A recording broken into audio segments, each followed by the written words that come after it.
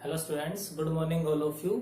आज हम अपना जो नेक्स्ट चैप्टर डिस्कस कर रहे हैं बेटा, उसका नाम है एटम्स एंड मॉलिक्यूल्स। मतलब कह सकते हो कि ये 9th क्लास के लिए जो चैप्टर है one of the most important, या फिर ये कह लो कि जो हमारी ओरिजिनल केमिस्ट्री है वो इसी चैप्टर से स्टार्ट हो रही है। उससे पहले तो हम नॉर्मल जो साइंस कह सकते हो वो नॉर्मल से पढ़ रहे थे, बट यहाँ से जो हमारे पास जो मेन टॉपिक है वो स्टार्ट हो गए हैं। तो ये बिल्कुल बेसिक चीज है कि केमिस्ट्री में हम जो मेन फोकस होता है वो हमारा किसके ऊपर होता है, वो एटम्स और मॉलिक्यूल्स के ऊपर ही रहता है। तो अब यहाँ पर इस चैप्टर में हम पढ़ेंगे कि भाई एटम्स क्या होते हैं, मॉलिक्यूल्स क्या होते हैं, वो दोनों किस तरीके से एक दूसरे से अलग होते हैं, क्या उन दोनों में भी कोई सिमिलरिटीज है, कहाँ से ये नाम आए, ये सब कुछ। ठीक है, तो बहुत कुछ पढ़ना है हमने इस चैप्टर में। एटम्स के बारे में भी कि एटम का भी कोई मास होता है क्या, ठीक है, एटम्स के अंदर इलेक्ट्रॉन प्रोटॉन न्यूट्रॉन्स होते हैं क्या, तो वो सारी की सारी चीजें हम यहाँ पर पढ़ने वाले हैं। तो अब पहले सबसे पहले बात ये आती है कि जो एटम है, अगर मैं सिंपल लैंग्वेज में बात करूं कि जो ये नाम है, ये नाम दिया किसने होगा, ये कब दिया गया होगा ये। ठीक है, तो इसकी जो शुरुआत हुई थी बेटा, वो शुरुआत रियल में इंडिया से ही हुई थी। करीब कह सकते हो 2000 साल पहले इंडियन जो फिलोसफर थे महर्षि कनाद।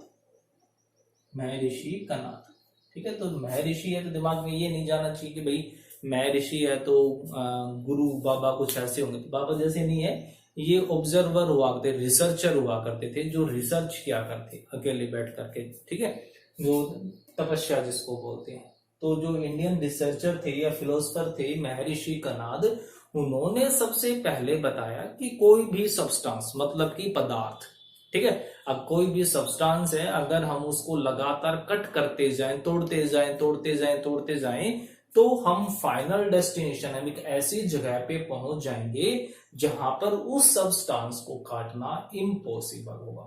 ठीक है, अब हम उसको और ज्यादा छोटा कर ही नहीं पाएंगे, और उसको इसने किसका नाम दे दिया बेटा, परमाणु। ठीक है, परमाणु मतलब परम प्लस अणु, अणु बहुत छोटा और परम मतलब और भी ज्यादा छोटा हो गया, तो परम अणु मतलब परमाणु। तो महर्षि कनाद ने बताया कि कोई भी सब्सटेंस है, पदार्थ है, जब हम उस पदार्थ को उसके छोटे छोटे हिस्सों में तोड़ते जाएंगे, भी कोई भी चीज है, जैसे कि आपके पास एक पेपर है, उस पेपर को काटते जाओ काटते जाओ, लास्ट में आप इतने छोटे पेपर पे पहुंच जाओगे कि भाई अब इससे छोटा तो हम कर ही नहीं सकते। तो यही चीज उसने बताया। तो कहता है कि लगभग इसी ड्यूरेशन, लगभग इसी ड्यूरेशन, तो जो ग्रीक के फिलोसफर थे, जो ग्रीक के फिलोसफर थे, उन्होंने सेम चीज को किसका नाम दे दिया, परमाणु को नाम दिया गया एटम का। ठीक है, तो ग्रीक लैंग्वेज में जो एटम है, ठीक है, ये जो एटम है ये इंग्लिश का वर्ड नहीं है, ये जो एटम है ये ग्रीक लैंग्वेज का वर्ड है। और ग्रीक लैंग्वेज के इस एटम को जब हम इंग्लिश में कन्वर्ट करेंगे तो इसका मतलब क्या हो जाएगा, इनविजिबल। इनविजिबल मतलब कि जिसको तोड़ा ना जा सकता, अनकटेबल, जिसको हम और काट ही नहीं सकते हैं। इंडिविजिबल मतलब जिसको हम और ज्यादा छोटा नहीं कर सकते हैं। तो इसका मतलब वही चीज होगी ना परमाणु वाली। वे परमाणु का मतलब भी हमारे साइंटिस्ट ने, हमारे फिलोसफर ने क्या बताया कि भाई ये वो सबसे छोटा सब्सटेंस है जिसको हम फर्दर डिवाइड नहीं कर सकते, अब मैं इससे छोटा इसको कर ही नहीं सकता हूं। और वही चीज ग्रीक के फिलोसफर्स ने बताई कि भाई जो सबसे छोटा, जो स्मॉलेस्ट, ठीक है, या टिनिस्ट जो ऑब्जेक्ट है, यूनिट है, वो क्या कहलाएगी, वो कहलाएगी एटम। बट ये सब कब हो रहा था बेटा, 2000, लगभग लगभग 2000 साल पहले। और इसका कोई एक्सपेरिमेंट से कोई रिलेशन नहीं था। ये नहीं कि उन्होंने कोई एक्सपेरिमेंट्स करके देखा था, सब स्पेक्चुलेशन बेस थे, सब थ्योरेटिकल बेस था। तो ये तब तक बेस रहा जब तक कि डाल्टन्स ने अपनी थ्योरी नहीं दे दी। डाल्टन करीब 2000 के बाद जो साइंटिस्ट थे, साइंटिस्ट भी नहीं, एक स्कूल टीचर ही कहेंगे, ठीक है, ब्रिटेन के स्कूल टीचर थे, उन्होंने फर्स्ट सक्सेसफुल थ्योरी दी जिसको हम बोलते हैं डाल्टन्स एटॉमिक थ्योरी। तो ये सब कुछ हम इस चैप्टर में पढ़ेंगे। ठीक है, तो सबसे पहले हम पढ़ लेते हैं जो हमारा फर्स्ट टॉपिक है इस चैप्टर का। वो जो टॉपिक है बेटा वो है laws of chemical combination. Laws of chemical combination.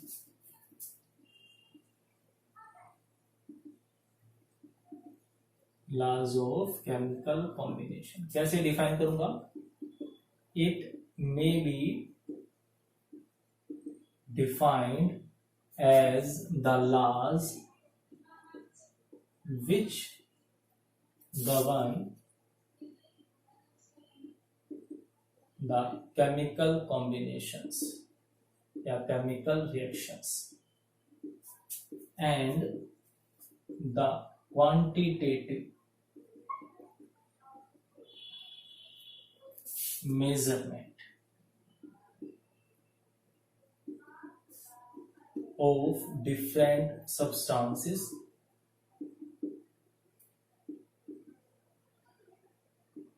in chemical reaction.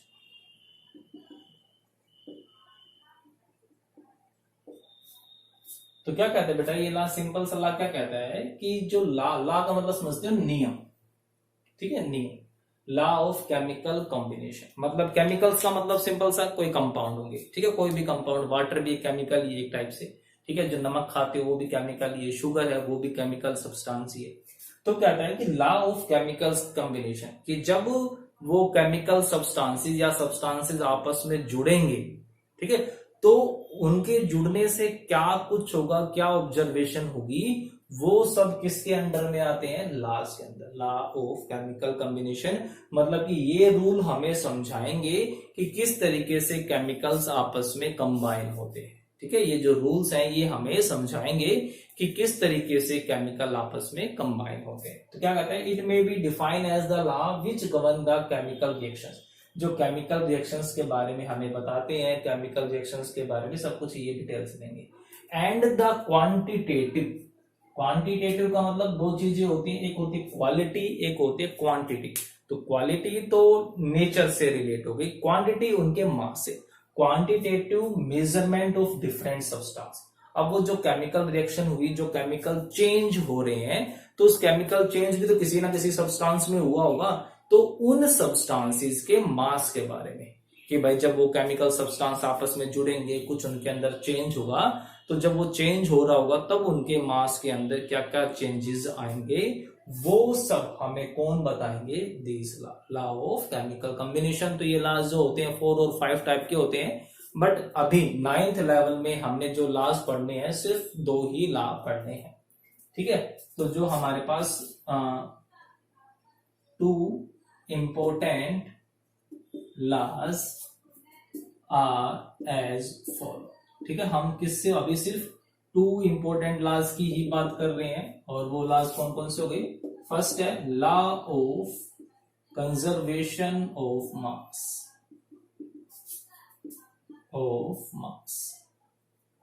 Second है लॉ ऑफ डेफिनेट प्रोपोर्शन,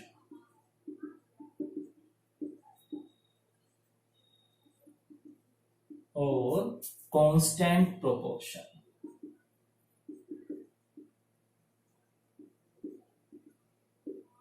ठीक है, तो ये हमारे पास 2 इंपोर्टेंट लॉज है, law of conservation of mass and law of definite proportion, या फिर और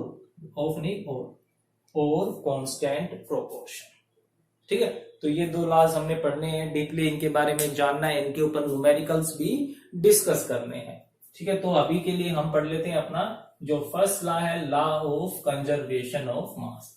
तो इससे कुछ समझ में आ रहा है कि law of conservation of mass का मतलब क्या होगा? लॉ ऑफ कंजर्वेशन ऑफ मास,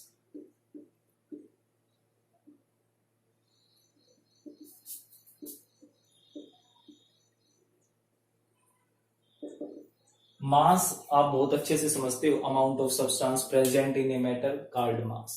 ठीक है, कंजर्वेशन संरक्षण, मतलब कि मास के संरक्षण का नियम है ना, मास का मतलब समझते ना वजन, भार, तो उसके संरक्षण का नियम। तो ये सिंपल सा क्या कहता है कि जब भी कोई केमिकल चेंज होता है, जब भी कोई केमिकल चेंज होगा, तो जो उस सब्सटेंस का जो मास है, वो मास हमेशा क्या रहता है? कांस्टेंट रहता है, उसमें कोई चेंज नहीं आएगा। मतलब कि जितना मास मैंने पहले लिया था ना, उतना ही मास मुझे बाद में मिलेगा। जैसे दूध है हमारे पास, मैंने उस दूध के अंदर कुछ सब्सटेंसेस डाले, जैसे जामुन डालते हैं हम, है ना, और वो किसके अंदर कन्वर्ट हो जाता है? दही के अंदर कन्वर्ट हो जाता है। तो वो केमिकल चेंज होने से पहले जितना मास था सेम बिल्कुल जो नया सब्सटेंस बनेगा उसका मास होगा, उसके मास में कोई भी चेंजेस नहीं आएंगे। ये कहता है लॉ ऑफ कंजर्वेशन, मतलब कि जो मास है वो हमेशा कंजर्व रहेगा, संरक्षण रहेगा, हम मास को कभी भी कम ज्यादा नहीं कर सकते हैं। ठीक है, तो क्या कहता है, this law was given by Antoine Lavoisier. अब जो एंटोनी लेवुजियर है वो फादर ऑफ मॉडर्न केमिस्ट्री के नाम से भी जाने जाते हैं। ठीक है, तो इन 1774 में ला दिया गया था। क्या कहता है ये, according to this law, according to this law mass can neither be created nor be destroyed during a chemical reaction या during a chemical change, है ना। केमिकल चेंज हमने बहुत अच्छे से पढ़े हैं। तो कहते हैं कि जब एक केमिकल चेंज होता है तो जो मास रहेगा चेंज होने से पहले का मास और चेंज होने के बाद का मास, वो मास हमेशा कंजर्व रहेगा, कांस्टेंट रहेगा, उसके अंदर कोई भी चेंज नहीं आएगा। ठीक है, मास can neither be created nor be destroyed during a chemical change. जब एक केमिकल चेंज होगा तब जो मास है वो हमेशा कंजर्व रहने वाला है। This is known as law of conservation of mass, या इसको मैं इस तरीके से दूसरी फॉर्म में भी समझा सकता हूं, the mass of product is equal to the mass of reactant during a chemical reaction। ठीक है, ये उन्होंने ऐसे नहीं दे दिया, इसके ऊपर बहुत सारे एक्सपेरिमेंट किए गए और हर एक्सपेरिमेंट यही बोलता था कि हाँ भाई बिल्कुल सही है कि हम मास को कम ज्यादा नहीं कर सकते हैं, मास को हम डिस्ट्रॉय नहीं कर सकते हैं, और इसी वजह से इस लॉ को हम क्या बोल सकते हैं, this law is also known as law of indestructible, law of mass of